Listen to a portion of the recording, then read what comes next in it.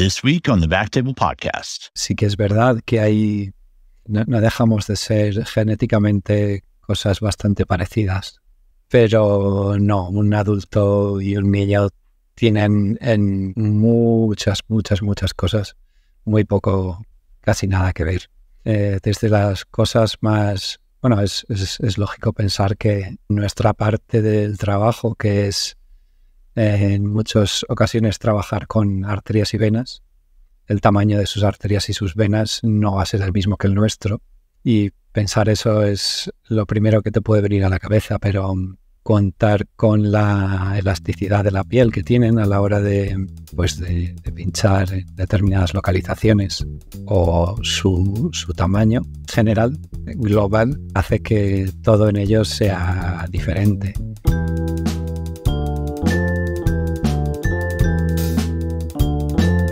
Bienvenidos todos a un nuevo episodio de Backtable sobre radiología vascular intervencionista. En esta ocasión contamos con el doctor Fernando Gómez, especialista en intervencionismo pediátrico, que trabaja como radiólogo intervencionista en el Hospital Universitario La Fe y en el Instituto Oncológico de Países Bajos. Bienvenido, Fernando, es un placer poder contar contigo para hablar un poco sobre esta rama de la radiología vascular, a veces tan desconocida para muchos de nosotros como es el intervencionismo pediátrico. Muchas gracias, el placer es mutuo. Para empezar, me gustaría hacerte la típica pregunta que muchas veces oímos como afirmación en los hospitales y en lo que respecta al intervencionismo, ¿son los niños como los adultos en pequeñito? La respuesta categóricamente es no.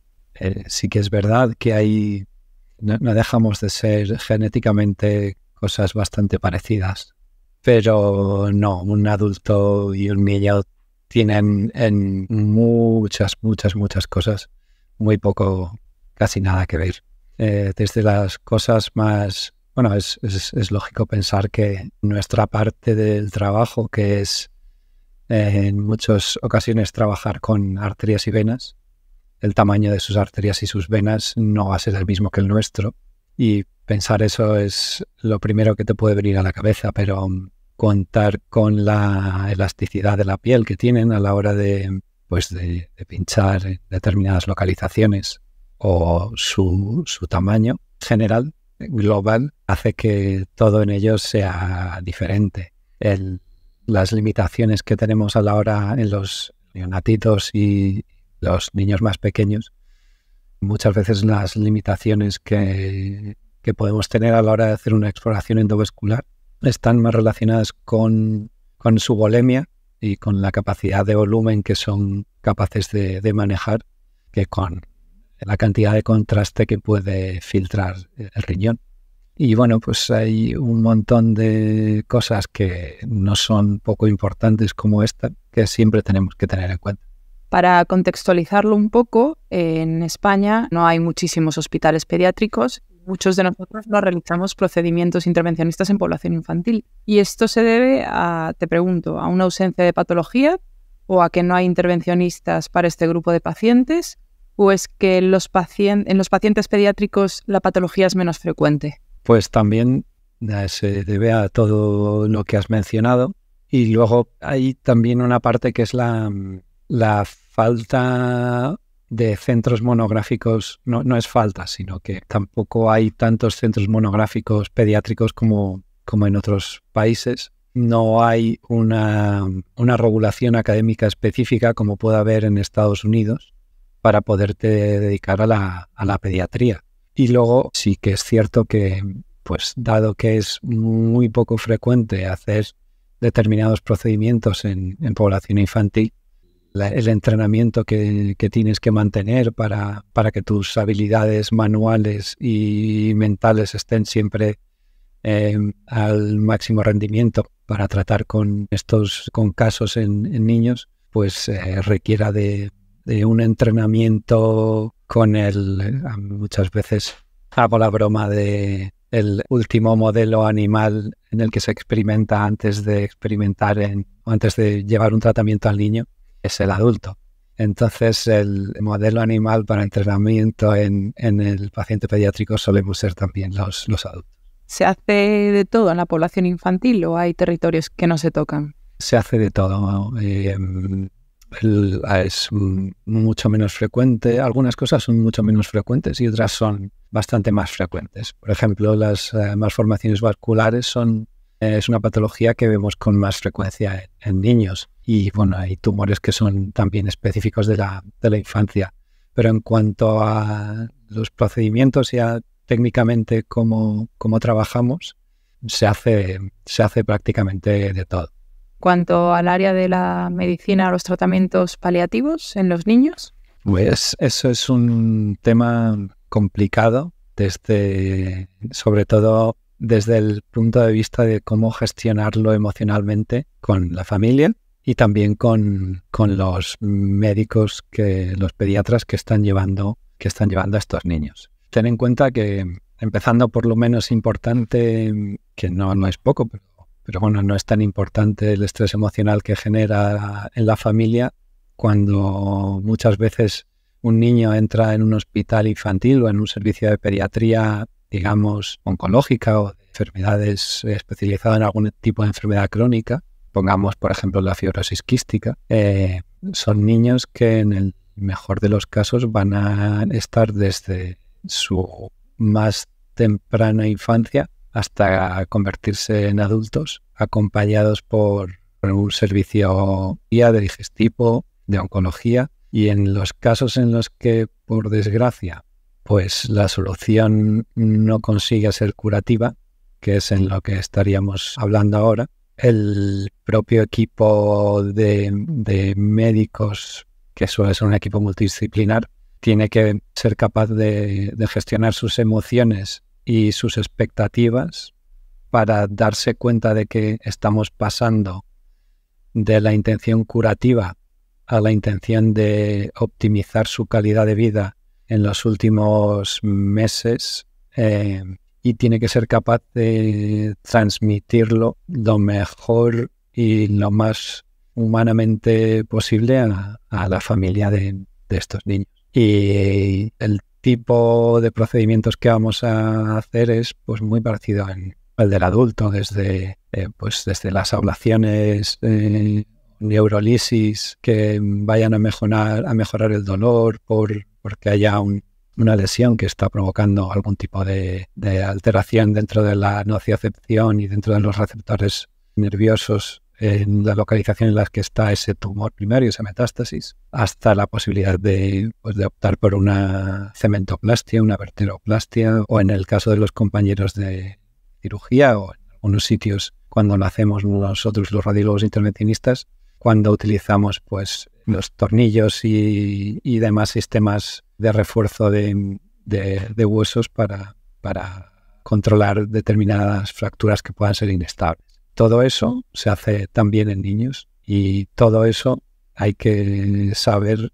en el momento en el que vamos a tener que dedicarnos a esforzarnos en que nuestra prioridad sea la calidad de vida y no obsesionarnos en una curación que ya no es posible. En nuestro país, muchos de los intervencionistas de adultos son los que se dedican indistintamente al adulto y a la población pediátrica. Entonces, ¿tú consideras que deberíamos subespecializarnos? Yo, personalmente, esto es una opinión muy, muy, muy personal y que no tiene por qué ser compartida por todo el mundo. Yo no creo que tengamos que convertirlo exactamente en una subespecialidad, pero sí que creo que sería importante que haya una formación reglada y que haya una forma de saber que estás capacitado y que tienes los conocimientos suficientes como para realizar intervencionismo en la edad pediátrica. Porque es como decíamos antes, no hay procedimientos que vas a realizar muchas más veces en el adulto y que te van a permitir estar más preparado técnicamente. Y sí que a la hora de indicar un procedimiento hay que tener determinada formación en patología pediátrica, porque mucha de la patología que vamos a tratar no tiene absolutamente nada que ver con la del adulto. El hepatocarcinoma, que es un tumor, probablemente el tumor que con más frecuencia tratamos en adultos, biológicamente es una entidad completamente diferente en el niño, con un comportamiento mucho más agresivo, y que pues no las guías clínicas que utilizamos en los adultos no tienen probablemente aplicación en la población pediátrica. Hablamos además de que existen diferencias dentro de los diferentes estados o las diferentes edades de la población pediátrica, porque no tratas igual a un neonato o un lactante que a un infante o que a un adolescente. Y el adolescente también dependerá de si pesa 15 kilos o pesa 80. Claro. Y estas diferencias irán desde pues, lo que hablabas de la elasticidad de la piel, la volemia, pero me interesa sobre todo la radiación, porque hace poco salió un estudio sobre radiación en población pediátrica y el riesgo asociado a desarrollar patología tumoral. Entonces, ¿somos más restrictivos a la hora de someter a un niño a la radiación del arco? Es decir, ¿hacemos menos controles o nos pensamos mucho más los controles que les tenemos que hacer que en un adulto? A ver, a mí me gustaría pensar que la optimización en el uso de la radiación ionizante la hacemos igual de bien en adultos que en niños. Pero sí que es verdad que siempre que podemos no usar radiación ionizante en niños, vamos a no usarla. Luego también, ya sabes que los niños tienen la particularidad de que se ve la exploración abdominal por ecografía, te da mucha calidad diagnóstica. A lo mejor no tienes tanta definición como con una resonancia y demás, pero, por ejemplo, en el caso del TAC, para según qué cosas, como tienen tan poquita grasa intraabdominal, se ve un magma de asas ahí juntas con los órganos sólidos que no te aportan tan poco, tantísimo. Y ahí a lo mejor muchas veces la ecografía gana. Entonces, como tenemos ese lujo para los niños más pequeños, pues sí que tendemos a tirar todo lo que podemos de resonancia y de ecografía. Cuando, como comentabas, llegábamos a otras edades, en niños más mayores y sobre todo a adolescentes y preadolescentes, pues ahí seguimos estando en una edad en la que el riesgo de desarrollar neoplasias es algo más elevado, sobre todo neoplasias de tumores no sólidos, y hay que pues intentar poner siempre en esa balanza el riesgo y el beneficio, que creo que lo hacemos, y además me parece que en España, por lo menos, que es el país que yo más directamente conozco, la racionalización del uso de pruebas radiológicas está bastante optimizado, y en niños pues aún mucho más. Quizá hay una diferencia importante, y es que nuestros peticionarios en adultos tienen menos miedo que los pediatras a pedir TACs y otras pruebas en general que usan radiación ionizante. Ese no miedo que se tiene en los especialistas en adultos, sí que los pediatras lo tienen mucho más en consideración y se consensúa mucho más todo lo que va a ser el seguimiento por IVA. De la misma manera que hablamos de radiación ionizante y escáner, hablaremos de sedación y resonancia, porque no mandar a un niño a una resonancia, hacer un control es inocuo para ellos tampoco. Correcto. Hay mucho debate al respecto porque hay estudios contradictorios, pero sí que es cierto que cada vez hay más acuerdo en que el uso de sedaciones prolongadas en niños de 4 años para abajo tiene un importante impacto en el desarrollo neurológico. Sí que en niños más mayores y adolescentes no está tan claro, pero en niños muy pequeños que tienen sedaciones prolongadas se ha visto que, o sea, no es que se queden tontitos los pobres, pero que el desarrollo está un poco retrasado y les cuesta más entrar en determinadas dinámicas comparado con niños de su misma edad o de su mismo curso. Y si hablamos de materiales, ¿cómo se gestionan los materiales para el uso pediátrico? Usan los materiales del adulto, pero el adulto no mide lo mismo que un niño. Sí. ¿Cómo lo hacéis?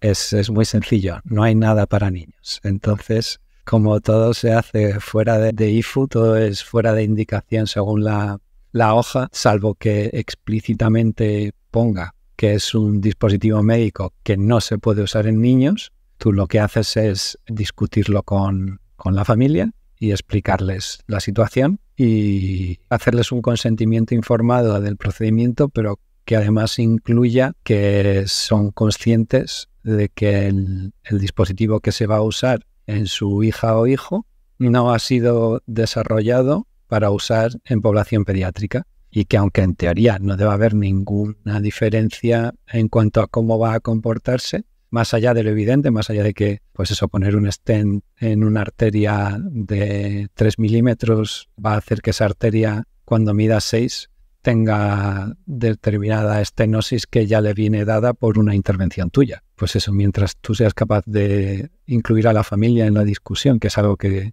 si es algo absolutamente necesario en el adulto, pues en niños incluir a la familia y al niño o adolescente cuando son niños que tienen ya una edad en la que son capaces de racionalizar la situación y de tomar sus propias decisiones, pues es algo que es fundamental. Entonces, además de haber poca incidencia de la patología, si ya es difícil en un adulto trabajar, en muchos de nuestros centros es difícil porque no siempre hay todo el material o no siempre hay todos los tipos de material que necesitas, vosotros os encontráis con una dificultad extra, y es que no existe. O sea, tenéis que hacer de MacGyver. Sí, bueno, yo no soy el más MacGyver, pero conozco a algunos que son o que han ido a la misma universidad de MacGyver, o que si dio un máster solo han pasado 2 o 3 veces. Te pongo un ejemplo. Mis compis de aquí de Valencia, antes había un set de tips pediátrico que aún así para niños de 4 o 6 kilos, que en ocasiones tenemos que por algún tipo de patología portal hay que colocarles un tips, pues ese set de tips pediátrico desapareció. Básicamente el set de tips pediátrico aquel era como uno de biopsia renal, un poquito más pequeño, con una angulación diferente, pero vamos, que para 4 o 6 kilitos no está muy bien pensado. Entonces, pues mis compañeros de aquí lo que han hecho ha sido con un introductor y una aguja chiva y una guía de 0,18 y tal y cual, pues hacerse su propio set de tips. Y como eso, pues con todo. Lo único es, pues, cuando alguna vez nosotros, pues habitualmente las guías más largas que utilizamos son de 260, de 3 metros. Pues me siento como cuando en alguna situación en la que hemos ido a poner una prótesis digestiva de las que suelen colocar los compañeros de endoscopia. Lógicamente tienen longitudes de trabajo mucho más largas y trabajan con guías de 4 metros y pico. Pues la guía de 180 al bebé es la guía de 4 metros y pico para el adulto cuando la usas tú. Y bueno, no es lo más cómodo. ¿Cómo te formas? ¿Cómo haces? ¿Existen fellows reglados en Europa? ¿Cómo hace uno para formarse en intervencionismo pediátrico? En Europa, básicamente, te buscas la vida. Hay centros monográficos. Algunos de ellos imparten fellows en intervencionismo. Por ejemplo, mi opción fue irme hace unos años a Londres, a Great Ormond, que es un hospital infantil. Es bastante reconocido allí. De hecho, en la ceremonia de presentación de los Juegos Olímpicos, pues como entre otras cosas el centro se financia gracias a que Barry, el escritor de Peter Pan, les dejó los derechos de autor, y gracias a ello en parte el hospital se financia. Pues en la ceremonia de los Juegos Olímpicos una de las cosas que sacaron pues fue Peter Pan y este hospital. Y es un centro del que se sienten especialmente orgullosos los británicos, y la verdad es que con razón, porque funcionan muy bien. Ahí es donde la conoces mucho, creo, a Alex Barnacle, que es una de las radiólogas intervencionistas más importantes de Europa, probablemente en cuestión de pediatría la más importante, de hecho. Y bueno, pues de hecho allí la conocí, a ella y a compañeros de allí. Y ahí empecé a formarme en pediatría. Y luego ya pues he seguido formándome gracias a una comunidad que hay es una sociedad que se llama SPIR, que es una sociedad de intervencionismo pediátrico que está formada por todos los radiólogos intervencionistas con algún tipo de focalización o interés en pediatría, y que tienen un foro de debate y de comentario y para comentar casos que es bastante activo y bastante interesante, y que te permiten tener de hecho una formación continuada con mucha gente de muchos sitios, y que presenta casos realmente bizarros a lo largo de todo el tiempo en el que formas parte de esta sociedad. Y fuera de Great Ormond, pues hay algún que otro centro monográfico en París, en Marsella, en Zúrich, pero en general son centros en los que te vas a formar muy, muy, muy bien como intervencionista, en anomalías, malformaciones vasculares, en conocimiento teórico de la patología oncológica y no oncológica pediátrica, pero que como en los procedimientos de intervencionismo oncológico pues no son tan frecuentes, es decir, a lo mejor en un año puedes hacer 20, 30, en el mejor de los casos 40 ablaciones entre las que hagas para algunas malformaciones, las que hagas para alguna metástasis pulmonar, las que hagas para algún hígado, pero no es algo que tenga tanta masa crítica como para que procedimientos técnicamente muy, muy complejos te atrevas a resolverlos solo. Pero bueno, para eso también está el comodín de nuestros expertos, porque en España pues hay un montón de gente que sabe por lo menos más que yo y que yo contacto para resolver dudas en indicaciones y si fuera necesario para que me echen una mano en determinados procedimientos. Bueno, siempre lo decimos, ¿no? Lo importante de tener amigos y tener una agenda de teléfonos en la que poder llamar a alguien y decir, mira, por favor, arroja algo de luz aquí porque no lo veo claro. Exacto. Antes hablábamos de los materiales, de pues esto de que tenemos una estenosis, colocamos un stent, el niño crece, el stent se queda pequeño y ya generamos una estenosis con nuestro procedimiento, una estenosis iatrogénica, ¿no? Entonces, ¿están estos niños abocados, en el caso de las estenosis, por ejemplo, a angioplastias continuas con el fin de evitar colocar un dispositivo metálico que se va a quedar invariablemente pequeño? ¿Cómo lo gestionas en un paciente? Porque son más controles para evitar el dispositivo exógeno, ¿no? Tal cual. Lo que haces siempre que puedes, y cuanto más jóvenes más aún, es huir de la colocación de un stent. Tanto es así que antes de colocar stents en determinadas circunstancias, te reúnes en el comité y es incluso más probable que acabe en un reimplante de esa arteria renal que hagas, te hablo del ejemplo del riñón ahora, en este caso en concreto, ¿no? Una estenosis de una arteria renal que lleva varias dilataciones y que no termina de resolverse. Es más fácil que se autotrasplante ese riñón que tender a colocar un stent en según qué escenarios. Porque es el stent, es la antiagregación, anticoagulación de por vida, son todo lo que conlleva colocar un stent, que además, en estos casos, sabes que dentro de X años va a ser pequeño y que te va a condicionar una estenosis que no vas a poder resolver, porque tienes un ¿cómo se dice? Scaffold, un andamiaje de metal en esa arteria, la que sea, que no va a subir de diámetro por mucho que te empeñes con un balón.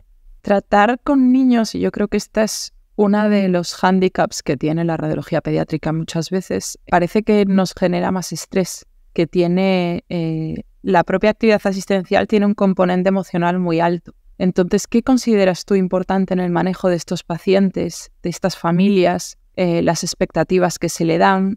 ¿Cómo gestionas este componente emocional con ellos? Pues, a ver, primero gestionando el nuestro propio y bueno, entendiendo muy bien que la información que les vas a dar tiene que, como has dicho, ser muy clara y al mismo tiempo ser capaz de que ellos se lleven una idea incorrecta de cuáles son las perspectivas de todo, de supervivencia, de calidad de vida y de cualquier cosa que se va a hacer en sus hijas e hijos. Es fácil de entender para la gente que tiene hijos. Cuando yo intento explicar esto, siempre digo que al final es confiar a alguien la cosa que emocionalmente o sentimentalmente más valor tiene en tu vida. No hay absolutamente nada en el mundo que sea más valioso para ti que esas personas. Y cuando estás en una consulta desde la cosa menos grave, que pueda ser, vamos a ponerlo entre comillas, pero una malformación venosa o linfática macroquística, una venosa pequeña que por lo que sea es sintomática y hay que tratar, pero es un tratamiento que generalmente es muy sencillo, un día, una sola punción, con una probabilidad muy alta de resolverse. Aunque sea solo eso y no estemos hablando de una lesión pulmonar o hepática, que es una metástasis de un tumor y que hace que no sepamos si el tratamiento, aunque sea exitoso, vamos a ser capaces de curar o no curar en esa situación. En los dos casos, esa persona va a llegar a la sala de intervencionismo, va a entrar a la sala de intervencionismo porque esto sí que es muy importante, ¿no? Todos los circuitos que tenemos para el adulto en los que se pone en una sala de preparación, el adulto entra a la sala de intervencionismo y lo hace solo. En el caso de los niños, no, los papás, uno de los dos normalmente, entra con la bebé o el bebé a la sala, espera a que se pueda dormir. Se hace todo de una forma en la que los niños experimenten el menor trauma posible. Y al final lo que estás haciendo es literalmente, te dejo lo más valioso que tengo aquí y confío en tus manos y en tu cabeza para que puedas dar una solución al problema que tiene. Y es tal cual. Es aquí quizás, si ya lo es con el adulto, aquí es absolutamente fundamental la existencia de una consulta donde tengas tiempo para poder explicar las cosas, donde se pueda establecer una relación de confianza no solo con el paciente, sino también con su familia, ¿no? Entiendo que esta consulta que tienes pediátrica tiene algunas diferencias, algunas peculiaridades con respecto a la de los adultos. Sí, primero, yo cada vez que alguien habla de la atención primaria y sobre todo de la atención primaria en pediatría y veo la forma en la que algunas veces nuestros compañeros tienen que trabajar pudiendo dedicar una cantidad de tiempo absolutamente insuficiente, pues eso, a ver a sus pacientes pequeños. Bueno, es algo que daría para otros 80 podcasts, o bueno, uno solo pero de 80 horas. La consulta, que es algo que es fundamental para subsistir como especialistas, en el caso del intervencionismo pediátrico, es algo aún más fundamental para poder hacer una buena práctica clínica, porque esa buena práctica va a empezar con conversaciones que pueden llegar a durar. Yo he tenido alguna consulta de más de 40 minutos y de hecho cuando estuvimos en la época de COVID en la que había restricciones para, que no podíamos hacer consultas y hacíamos consultas telefónicas, llegábamos a tener consultas de casi una hora de conversación con los padres. Porque claro, encima de lo difícil que es todo, te quitan la posibilidad de la comunicación no verbal y de que te vean la cara, porque aunque sea por algún tipo de videoconferencia, no es exactamente igual. Y ahí es donde echas de menos tener consulta con tus dibujos de animales y personajes de cualquier tipo de película, no voy a decir ningún tipo de productora en general, pero todos tenéis varias en la mente y que te ayudan pues de entrada a decir cualquier tontería al niño o a la niña para romper el hielo y decirle, pues mira, eres igual de alto que ese pato o ese ratón.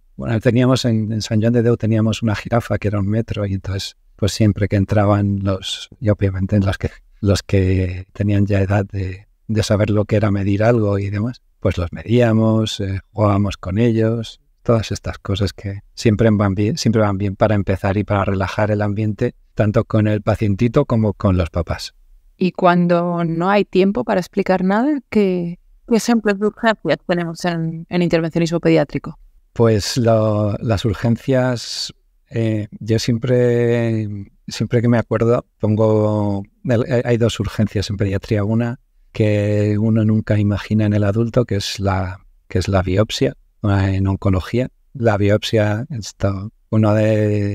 eran todos, ¿no? Pero sobre todo uno de nuestros oncólogos de de Sant Joan de Déu, te venía a pedir la biopsia y te decía algo así como, ¿puedes hacerla ayer? Y bueno, y es comprensible por todo, ¿no? Pues desde que tienes que manejar la ansiedad familiar, desde una noticia que no parece que vaya a ser buena, hasta que, y esto es algo que siempre cuando hablaba con los papás antes y después de la biopsia, cuando aún no teníamos los resultados, pues siempre les decía, mira, lo importante es que para tener una respuesta lo primero que hay que hacer es ser capaz de formular la pregunta. Ahora sabemos que tenemos un problema y estamos haciendo las preguntas que necesitamos para llegar a tener la respuesta que necesitamos tener. Y esa urgencia de la biopsia es pues una urgencia relativa, pero hay otras situaciones en las que estamos hablando de urgencias vitales, como pueden ser las caídas desde algún columpio, accidentes de tránsito, complicaciones de alguna cirugía o casos en los que, por ejemplo, ahora por suerte, con el seguimiento y el cribado neonatal, no es algo que nos suele pillar de sorpresa, pero hay veces que pues por algún tipo de condición, como puede ser el aneurisma de la vena de Galeno o algún tipo de malformación arteriovenosa de alto flujo en cualquier localización, pero es frecuente que sean en el hígado, pues tienes que hacer una cesárea programada, el niño llevártelo inmediatamente a la sala de intervencionismo para embolizar esas malformaciones porque les está ocasionando un deterioro hemodinámico que es incompatible con la vida a esas edades. Caray, esto de tener un bebé recién nacido en la mesa tiene que ser cuanto menos imponente. Es un temilla. La única ventaja es que normalmente te suelen venir con la umbilical cateterizada y no hace falta que vayas a pinchar una arteria de 2 o 3 milímetros. Todo lo demás son inconvenientes. Pero bueno, hay gente muy buena, y que hace cosas bastante espectaculares. Hablando de esto de lo conocidos o no conocidos que somos, las cosas que se pueden llegar a hacer en adultos, muchas veces la radiología vascular es la gran desconocida incluso para nuestros compañeros del hospital. En la radiología pediátrica, o sea, el intervencionismo pediátrico es igualmente desconocido para los pediatras.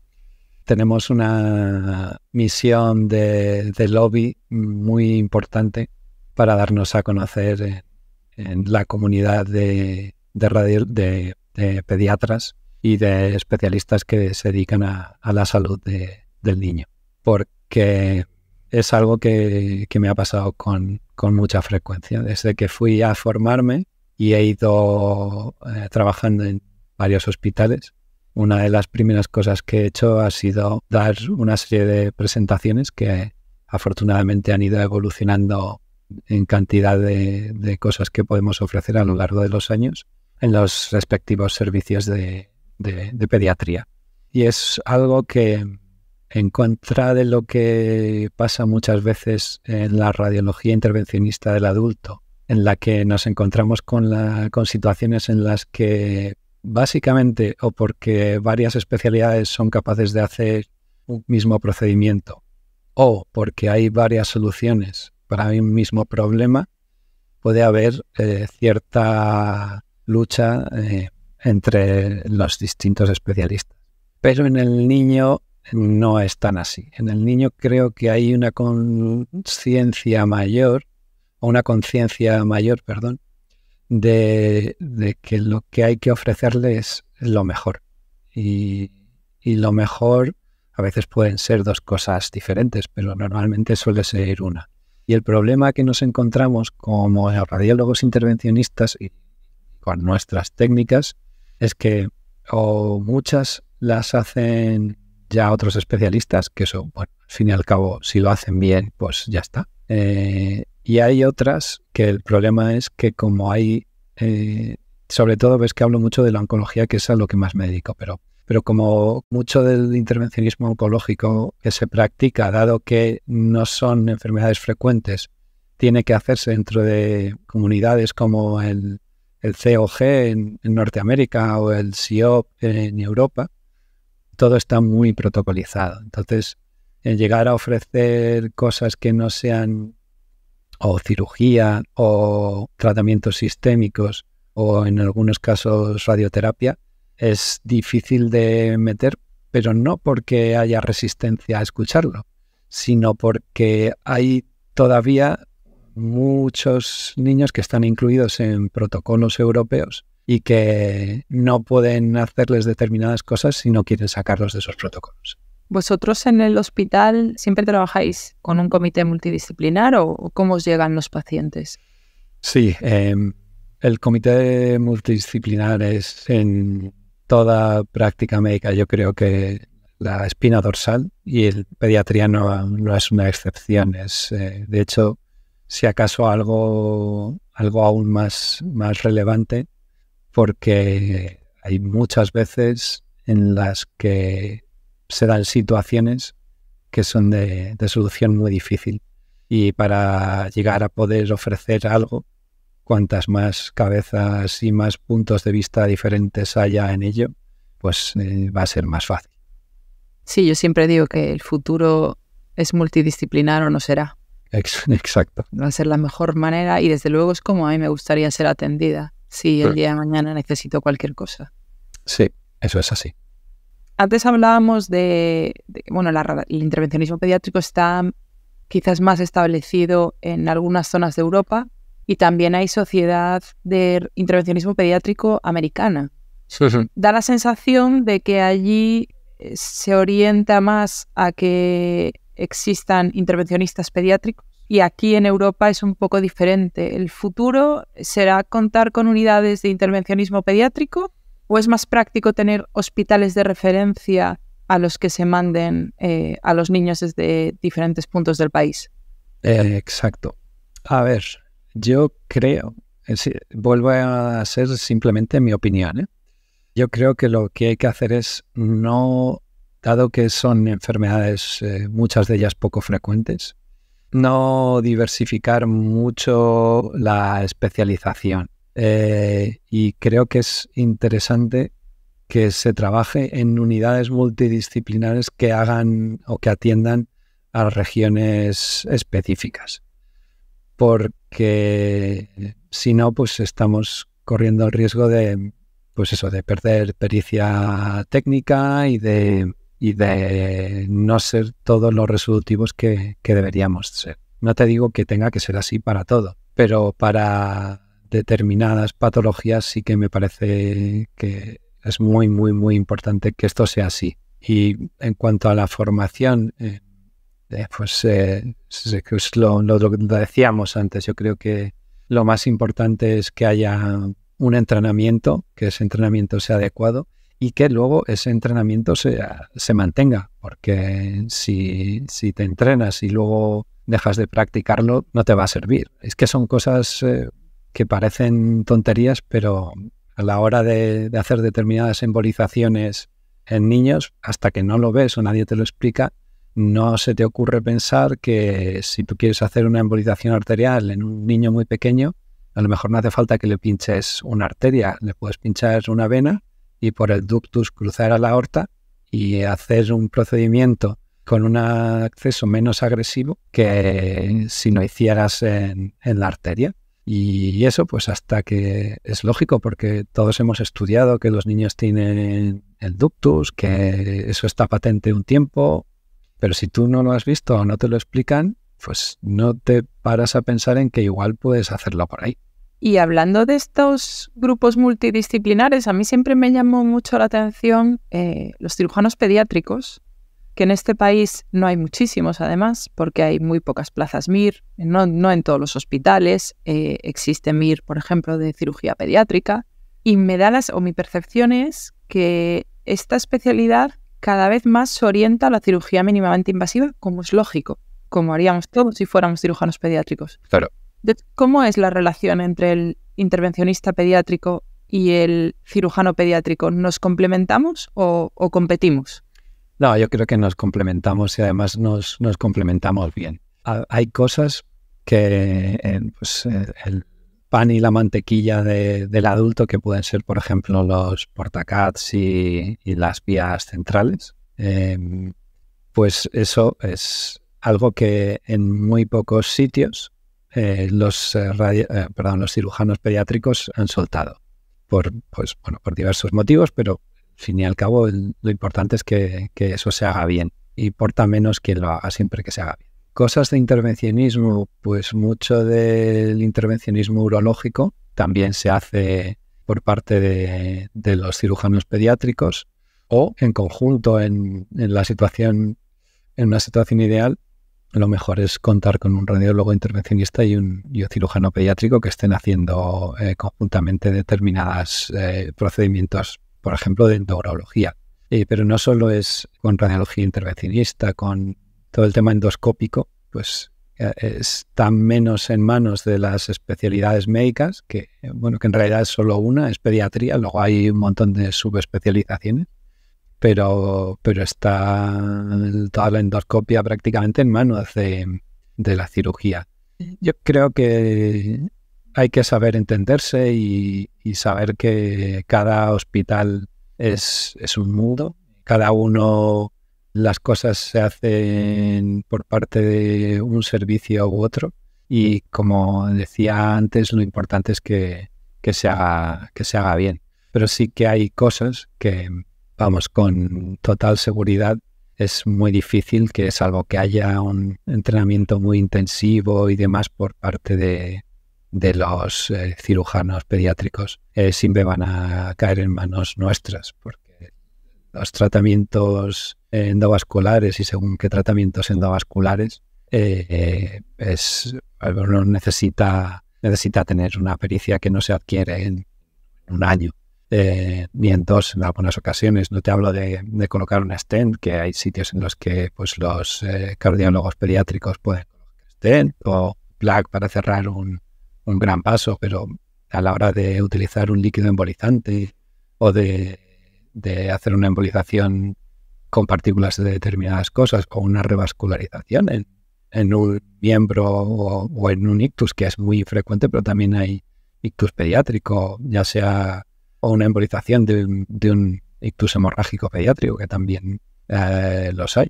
Pues eso es complicado que nos lo vayan a quitar, por lo menos, salvo que sea alguien que tenga un entrenamiento muy, muy sólido en temas endovasculares.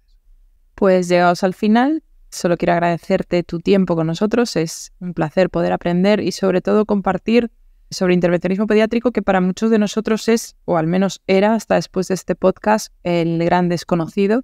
Así que esperemos que este área se siga expandiendo y poder ofrecer, como dices, las mejores alternativas a nuestros pacientes más pequeños. Pues muchísimas gracias. Ha sido un gustazo estar este ratillo de la tarde con vosotros, y para lo que queráis. Thank you so much for listening. If you haven't already, make sure to subscribe, rate the podcast 5 stars, and share with a friend. If you have any questions or comments, direct message us at @_backtable on Instagram, Twitter, or LinkedIn. Backtable is produced and hosted by myself, Aaron Fritz, and co-hosts Chris Beck, Sabine Don, Michael Barraza, and Ali Behetti. Our audio team is led by Kieran Gannon, with support from Josh McWhirter, Aaron Bowles, Nick Shellcross, Josh Spencer. Design and digital marketing led by Brian Schmitz. Social media and PR by Ann Dang, Manisha Naganathanahali, and Manveer Singh Sabri. Administrative support provided by Jamila Kinnebrew. Intro and extra music is Ripperoo by Skeptic Moon. Find us on Spotify or at local live music venues in New Orleans, Louisiana. Thanks again for listening.